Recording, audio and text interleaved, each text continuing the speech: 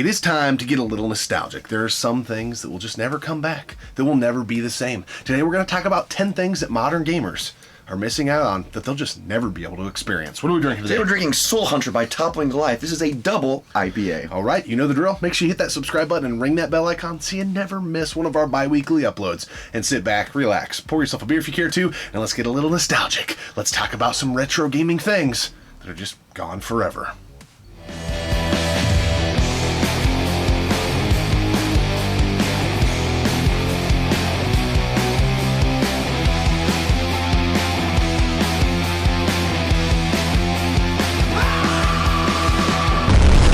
Hi, this is Ernie Hudson from Ghostbusters, and you're watching Gaming Off the Grid.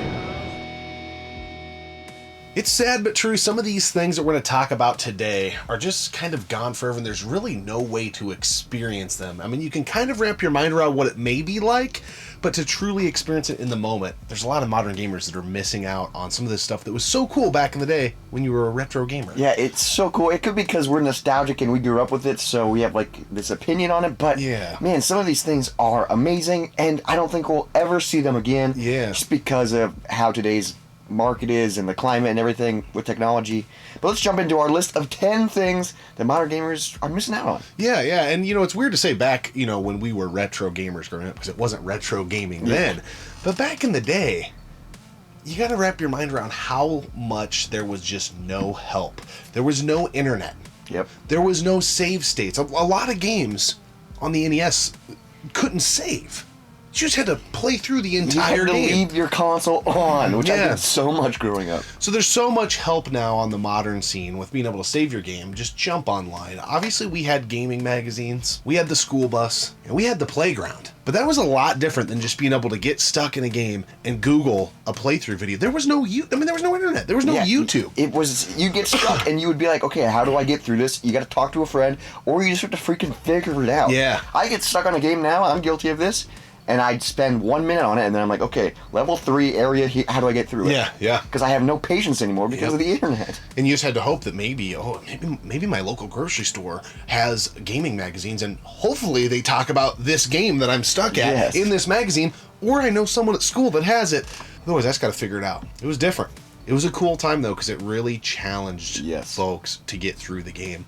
Next thing we're going to talk about kind of ties into no internet, but rental stores. Going to rent a video game. Dude, yes. I remember doing this. I'm renting movies, renting video games. This was awesome because you didn't know what you were getting. And like sometimes you could only get one thing at a time. Yeah. So you go in and you're like, oh man, I get this for the next week. Hopefully it's good. Yeah. A lot of times it wasn't. Yeah, you just literally went off either hearsay, asking the store clerk, oh, hey, what's good? Like, what have people been renting? Or a lot of times it really came down to just the box art. The box art. I think it looks cool. I think the guys on the front of Contra, they look pretty cool. They look like they'd be fun to hang out with for the weekend. I'm renting Contra. And that was really all we had. But the variety, the unknown, the sometimes finding a game that you're like, no one that I know has ever talked about this. I rented it. I got something to talk about Monday morning at school. It was really fun. I think it was a lot of fun. You already mentioned movies, but it was fun in that landscape too of just going in and being like, whoa, what is this about? Or what's this about? I remember I used to rent a lot of video games that were based on movies just because I was a huge fan of the series. Like, I remember renting Monsters, Inc. a lot on the PS2, which I loved when I was a kid playing it, but going back, that game is not good. Yeah. But it was still cool just being like, oh, this is a game? I've never heard of this on a game. Renting it and there was playing something it. about the lack of options, too. Like, I don't know if you were this way, but if I rented a movie for the weekend, I'd probably watch it 2 or 3 times. And now we have so much access to so many different streaming things and all this. You kind of just, I don't know that you really dive in the way that you would on a video game or a movie back in the day. But we got to keep this train rolling. On to the next thing. This would be the third thing, is most games don't come with manuals anymore. Or inserts at all. Most games, you open it, and it's literally just a disc. Here's the frustrating part, is when you open it, there's tabs for it. Yeah. So why put the tabs there if you're not going to put anything in? I know some stuff has it, and some stuff, includes stuff, but for the most part, you open a new game, and it's just the disc. It's just frustrating. Yeah, back in the day, the manual, sometimes it would tell you, like, a little bit of a backstory of what's going on in this Mario game that I'm playing. Yeah, what's the story? What's really happening here? There was some pictures, like, there was an element of art. There was some artwork there a lot of times, and sometimes, even as you got into the disc-based stuff, I think it's cool anytime, and it's not an expensive game, but anytime I find any of the Grand Theft Auto Ooh, games and it on comes with PS2, the map? yeah, it's like a poster on one That's side, so freaking cool. map on the other. It's just something that was so cool, and I think most people that grew up in that time remember walking into a friend's bedroom or basement, and the maps laid out on the floor, Yes. and their controllers right there, And there's like some stale freaking Cheetos and a half-drinking soda. Because they were all in, they were committed, to playing and beating that game and learning everything about it. And there's just no inserts, for the most part. There are some games that do, but I'd say it's few and far between. Probably a 90-10, maybe even a larger gap than that. Frustrating, and that kind of ties into the next thing I want to talk about. And that is when you get a modern game, it comes on a disc, it comes physical, but it's basically a download code. Yep. It basically, you just put it in, and when you put it in initially, you probably can't play it right away. Downloads and patches and all this freaking... It's Updates. Just, yeah. You buy a game day one. You put it in. You have to update your console. You got to update the game. You have to install the game. You're not going to be able to play that game the night it came out because you don't have time. Yeah. That's so frustrating. Yeah, just being able to put a game in and play it. I think maybe there was more care or something put into developing of the games because there was limited resources. And you got one whack at this thing. Yes. If you put out a steaming pile of shit, it's not going to do well. No, and there's no way to fix it. Yeah. Nowadays, you put out a piece of crap, and then you fix it, and then you're like, oh, that game actually is good now. But when the servers go down, and you pick that game up in the wild 10 years from now, it's going to suck again. Yeah, there's countless games. We could rattle on and on that, 6, 8 months to a year into it, it's like, oh, this game's good all of a sudden because they got all the bugs worked out. How many times, folks, have you just had 40 minutes to game? We all work. We got busy lives. You're like, man, I can relax and just play a video game for a little bit. And you turn on your PS4, your Xbox, whatever it may be, and it has to do an update.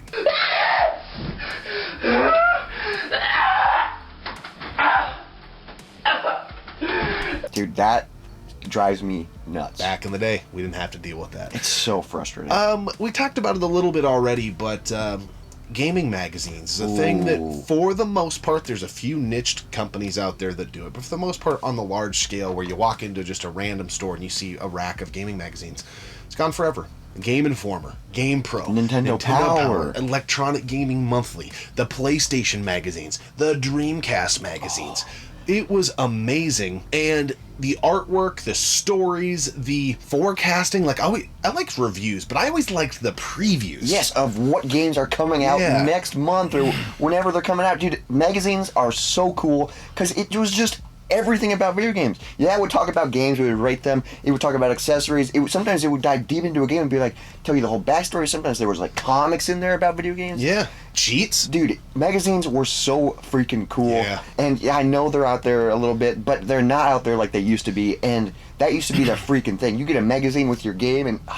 Yeah, and we did a video on this a while back. We dived really deep. I do credit. I've got a very, very good video game knowledge from the time of about 94 on, of remembering when stuff came out, and obviously I had years that I gamed before that, but my school had a subscription to Game Pro magazine. We would get multiple copies of it every single month, and I read every single one. So there's so many games I know at least a little bit about, even if we don't own it, and then I pick it up, I'm like, oh yeah, I know about because this. You read about it, even if you didn't play it. Man, that's so cool, because now it's just everything's online if you want to read about it, and it's not the same. No, it was just kind of cool having that in your backpack and on every bus ride or going to sports games or whatever it was. You could really study the industry, and it was just a different time.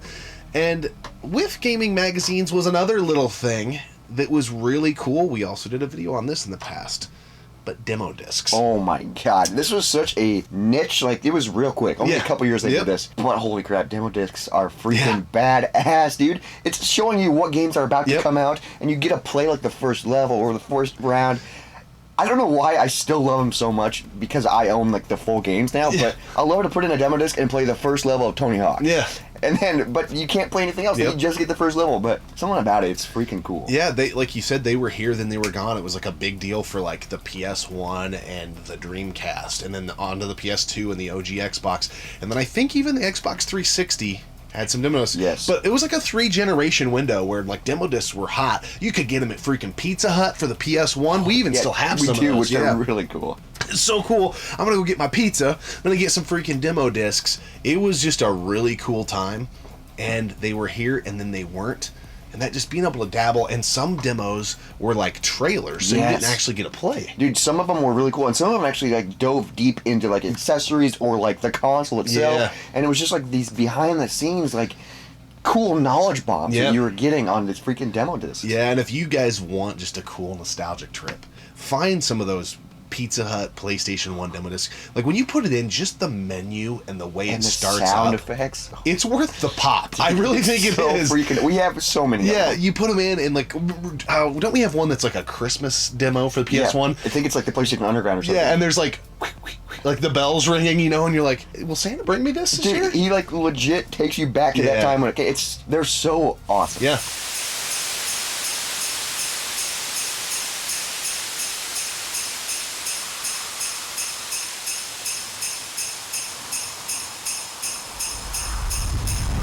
What playground rumors do you remember about gaming? I remember kids saying you could jump over the flagpole in Mario. I remember kids saying that if you did, it unlocked a whole nother universe. Of course it was made up. Remember, now, this has nothing to do with gaming, although he is in a few video games, playground rumors that there were multiple Ultimate Warriors. Shove that control into a nosedive, Hulk Hogan. It wasn't always the same guy. Whoa. But it was. But most kids believed that there were multiple ones. There was no internet to disprove this stuff. It was just people throwing paint at the canvas trying to get shit started. They were just spreading rumors. Yeah. And the crazy part is, you would hear one of those rumors, you wouldn't believe it. Yeah. You go, man, you're crazy. But then the second you get home, you're putting that game in and you're trying it. Yeah. Because you're like, what if, dude? Yeah. What if I could jump over the flagpole? Yeah. So literally every level, you're like, no, I can't do it.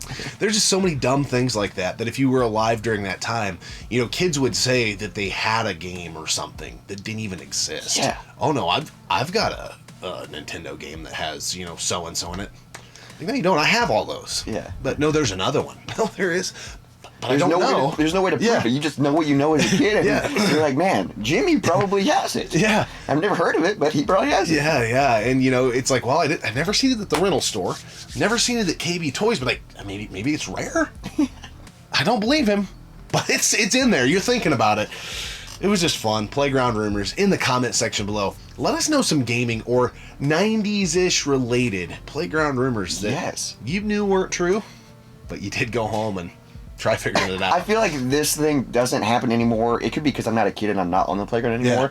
But I feel like everyone has phones and they just go, no, it's not. Yeah. And they just... Liar face. Yeah, just right in your face. Yeah. It's just... Something about it was fun, even though you knew they were lying. Next thing we're going to talk about, I think, is just... partially because of a lot of the other things we've mentioned, I don't think the challenge is there in modern gaming. And I know some folks are going to pull out some games, you know, like the Dark Souls games and things like that, and say, well, those are really hard. And you know what? They may be. But we just mean like in general. But NES hard?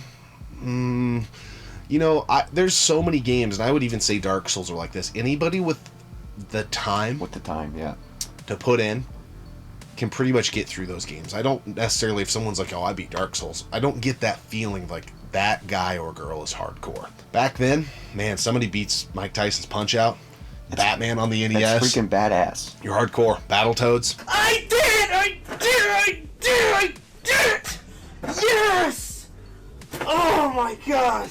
And also, that's another rumor, because they'd be like, no, you didn't. Yeah. There's no way you beat Mike Tyson. Yeah, prove it, you know. Yeah. I think the challenge is just different. I think a lot of the stuff anymore, we're getting into it, and it's cool. We still play the games. I love modern games, but... It's more of like a cinematic adventure. It's the type of games that I feel like, you know, Spider-Man on PS4, anybody with enough time can beat that game. It's not really like a feather in your cap. Yeah, it's just, I beat another game. But if you freaking put in the time and beat Ninja Gaiden or Battletoads or all these hard NES games, man... That's impressive because there's not many people that can do that. Yeah. You got to put in a lot of time and a lot of freaking grit. You know, there's people that all the time, and it's not saying they're a bad gamer, but they grew up with Contra and they've never beat it. Yeah. You know, those games, like, you get some street cred when you beat some of those games. I think that element in gaming today is lost a little bit, and I don't know, you know, that there's a way to recapture it. Now, there's some anomalies out there for sure in modern games. A lot of hard stuff. And a lot of the stuff that I think I would feel that way about is more modern retro stuff. Yes. Like, it's new, but it's got that old feel. But for the most part, I think the challenge is kind of gone away. It's weird, it's sad, but what's cool about this specific example is you can still revisit this. You Yes. can get NES games and still be like, okay, the challenge is here now. Yep. But for your modern gamers that just have PS4 or Xbox One or the new stuff, it's just you play through it once, you beat it, and you're like, okay, what's next? I agree with you to an extent, but depending on how you play the games, the challenge may be lessened because you can look stuff up online. Yes. Sometimes you may have save states, which you didn't back then. So if you like really want to beat it the way it was like meant to be, you wouldn't use those. But a lot of people do, which is totally fine. We use them. I'm just saying, it's different now. It's different. It's yeah. different it's not now quite than there. having to fire it up on the original hardware and grind it out and not have anybody. No walkthroughs, no Yeah. being like, oh, punch him here and punch out, you know? Yeah, there was not many people knew. So yeah. Anyway, that'll probably never come back to full circle as far as being able to experience it and that level of challenge that it was back in the day. Now, the next thing we want to talk about is basically the whole premise of our channel. Yeah. And that's local co-op and multiplayer. I know there is some games that are modern that come out like Borderlands. It's still local co-op. But for the most part, it's all single-player experiences or online. Yeah. Which, we game online. It's fine, but nothing beats sitting in a room with 4 people, 2 people, and grinding through a game or playing a game. Yeah. That is the funnest way to play, I feel like. I totally agree with you. Some of my best memories, some of our best memories with our friends, even modern times, are playing video games in that way. And I think because everyone's so strapped for time, even if you could, and you can, get folks over to play a 4-player, Mario Kart or a racing game or a wrestling game or whatever, it's not like it was back then where you would, because of your age, where you could get a group of friends that you're like, guys, we're going to do this multiple times every week for like ever. Yeah. We're going to play No Mercy every waking moment that we're available. It's just because we're adults and we don't have time. Yep. But remember when you were a kid and it was Friday night and you're going, hey, I'm going over to my buddy's house. We're staying up all night and you're playing this game and you pizza and pop. And nowadays 11 o'clock hits and you're like, guys, I'm freaking tired. And I think the kids in today's world that have maybe more time to experience things like that are doing it online. They're doing it online. Yeah, so they're not. My brother is 10 years younger than me and he plays online gaming all the time. Yep. He'll stay up super late just over the headset, and I'm like, he's having fun, but man, it's not the same. Yeah. You're like, he's having fun, but not the kind of fun I had. No, yeah, he's by himself in his room. Yeah. Like, come on, loser. No, I'm just kidding. Last thing we want to talk about, which is something that has never been a huge deal to me, but back when you were living it and going through it, it was mind blowing. Because I think gone are the days of large jumps in graphics. Yes. Like that feeling when the Super Nintendo came out and the Genesis. And went from 8-bit to 16-bit? And then even better yet, when it went from into PS1, Sega Saturn, N64. 3D? Now, we all know, we've even talked about on the channel, that generation of consoles you and I kind of struggle with. They don't look quite... They don't hold up. But when you were a kid and that stuff was coming out, oh my God, like the little details you noticed, like... that football game you remember telling me about where the towel moved and you were like, I've never seen that before. So that would have been the next generation when the Madden came out and then when NFL Fever came out, which I never really liked the game NFL Fever, but I remember seeing it at a kiosk at a store and like there was a towel. I'm like, you're like, holy crap. And there's a couple games that I had played on PS2 that I'll just never forget. It was Madden 2001 and then when Metal Gear Solid 2 came out, the footprints, the shadowing. I'll never forget. I think it's Olga. She dies and she's wearing like a white tank top and it's raining and you can like see like her skin kind of. Oh my God. And back then, dude, it was like the graphics are unfreaking believable. It's crazy. And I feel like ever since the PS2, I feel like those leaps they're still noticeable. They're not as mind-blowing, I don't feel like. I'm not saying, we're not saying that like stuff doesn't look great. Stuff looks phenomenal nowadays. But when I put in an Xbox One game and then I look at a Xbox Series X game or whatever, the newest one, it looks like the same thing to me, even though it's a different generation. Yeah. It's a newer console. Even like PS4, PS3 sometimes it's in that same stuff. Slowly gets better and like the little details are better here and there, but there's not any of that. Oh my God. Yeah, it's kind of like things have gotten to a point. Of course, each generation looks better, but maybe it just runs better.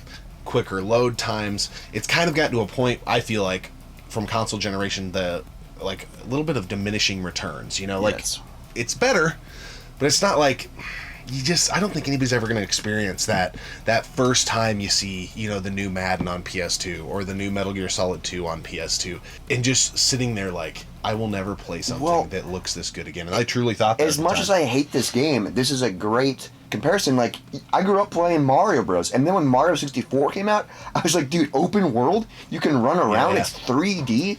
That's insane. You go from this to freaking everywhere. Well, and think of the jump from Grand Theft Auto 2 to 3. Oh my god. I was just thinking about the way Grand Theft Auto developed. Yeah. Holy crap. Surreal. And obviously 5 came out, and it's the best looking one or whatever. But it's very similar to 3 and PS2 ones. Yeah, or even 4, and it's like the visuals, they're better.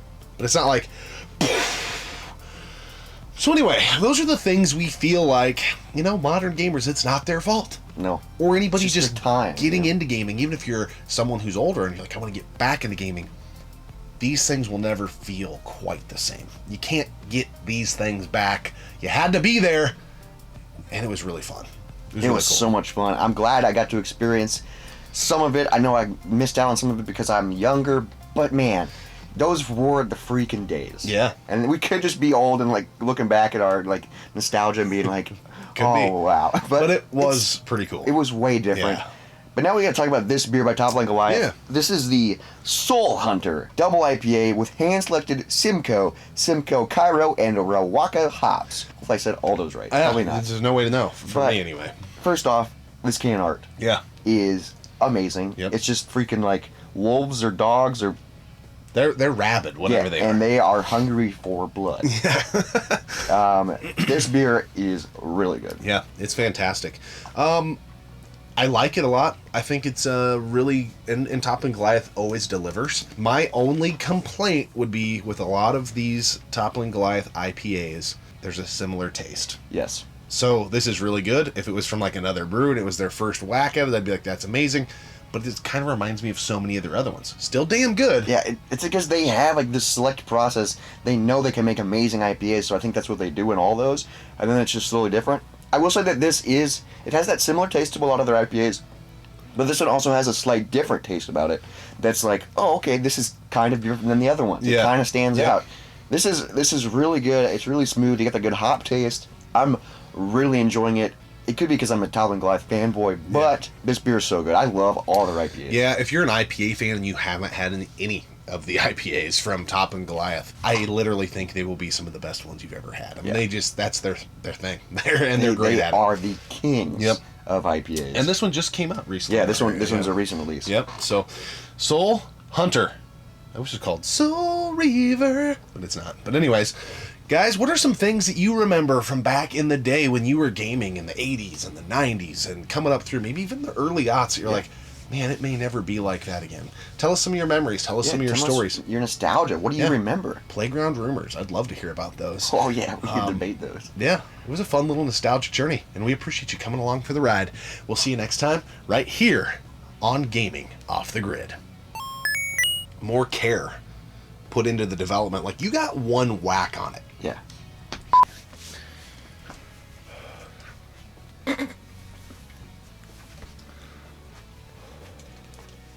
Today is going to be a little nostalgia trip for anybody that watches this. Today is going to be a little bit of a nostalgia trip for anybody that tunes into this video. We're going to talk about 10 things that modern gamers... Okay. I can feel like there's a dog running through my soul right now. And sit back, relax, pour yourself a beer if you care to. Let's get a little... I think we got it. I think we got it. Let's go.